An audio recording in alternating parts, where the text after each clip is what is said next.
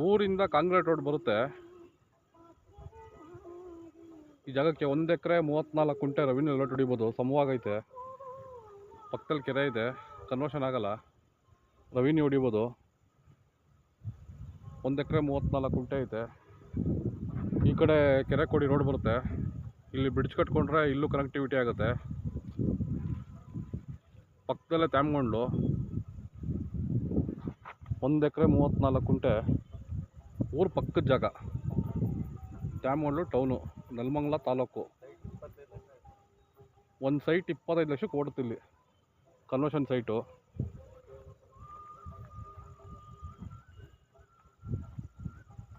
ಜಾಗ ಸಮವಾಗಿದೆ, ಬಂಡೆ ಗಿಂಡೆ ಏನಿಲ್ಲ. ಕೆರೆಗಿನ್ನ ಹೈಟಾಗೈತೆ.